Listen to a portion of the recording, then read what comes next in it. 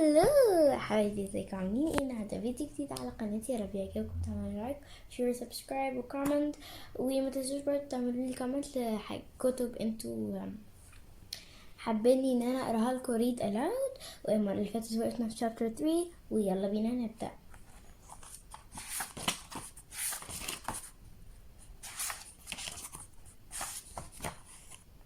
Chapter 3. Across the bridge. Annie was under the tree, looking across the foggy ground. The knights riding toward that bridge. I think, said Annie, the bridge goes to the castle. Wait, I'll look it up, said Jack. Give me the flashlight. He took the flashlight from Annie and pulled the castle book out of his pack.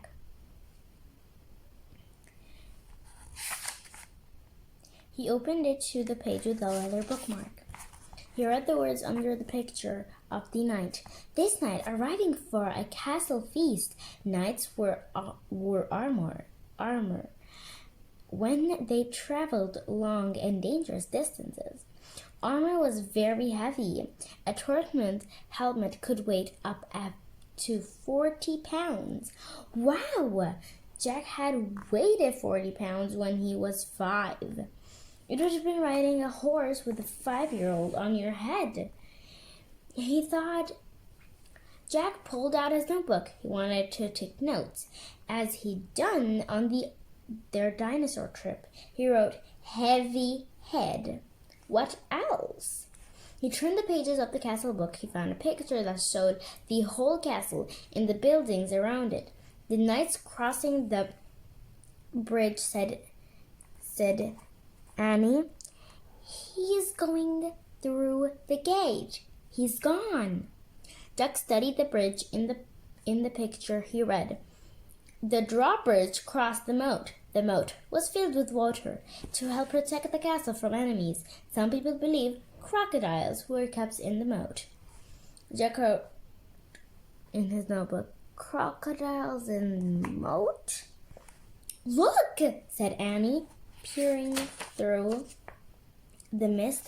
"A windmill right over there." "Yeah, there's a windmill in here too," said Jack, pointing at the picture. "Look at the real one, Jack," said Annie, "not the one in the book." A piercing shriek split the air. "Yikes!" said Annie. "It sounded like it came from that little house over there." She pointed through the fog. "There's a little house here," said Jack, studying the picture. He turned the page and read, "The hawk house was in the inner ward of the castles. Hawks were trained to hunt other birds and small animals." Jack wrote, "Hawks in hawk house?" "We must be in the inner ward," said Jack. "Listen," whispered Annie. "Do you hear that? Drums, horns. They're coming from the castle. Let's go see." "Wait," said Jack. He turned more pages of the book. "I want to see what's really going on, Jack." "Not what's in the book," said Annie. "But look at this," said Jack. He pointed to a picture of a big party. Men were standing by the door playing drums and horns. He read, "Feasts were held in the great hall. Fanfares were played to announce different dishes in a feast." "You can look at the book. I am going to the real feast," said Annie. "Wait," said Jack, studying the picture. It showed boys in his age carrying trays of food. On the trays were peacocks with all their feathers, the whole pigs and pies. "Peacocks?" Jack thought. He wrote, "They eat peacocks." Jack held up the book to show Annie. "Look, I think they eat..." Where was she?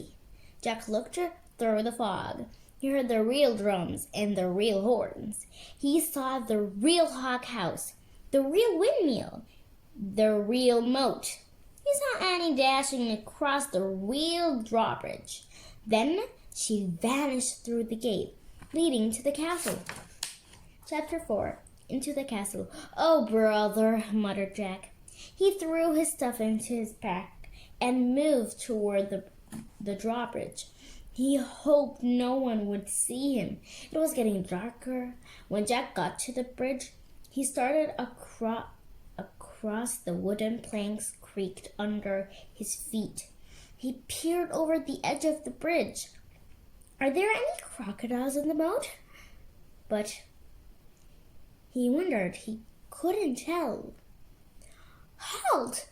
Halt!" someone shouted. A guard on top of the castle wall was looking down. Jack dashed across the bridge. He ran through the castle gate into the courtyard. He heard the sound of music, shouting, and laughter. Jack hurried to the dark corner and crouched down. He shivered as he looked for Annie. Torches in the light high wall around the courtyard. The courtyard was nearly empty. Two boys led horses that clopped over the gray cobblestones. One of them was the knight's black horse. "Psst, Jack!" Jack peered into the darkness. There was Annie. She was hiding behind a well in the center of the courtyard. She waved at him. Jake waved back. He waited until the boys and horses disappeared inside the stable. Then he dashed to the well. "I'm going to find the music," whispered Annie. "Are you coming?" "Okay," said Jack with a sigh. They tipped together across the cobblestones. Then they slipped through the entrance of the castle. Laughter and music came from a bright room in front of them. They stood at the doorway and peeked in. "The feast in the great hall," whispered Jack. He held his breath as he stared in awe. A giant fireplace blazed at one end of the noisy room. Antlers and rudges hung on the stone walls. Flowers covered the floor. People in bright clothes and funny hats strolled among the crowd. Some played oddly shaped cards. Some juggled balls in the air. Some balanced swords on their hands. Boys in short dresses carried huge trays of the food. Dogs were fighting over bones.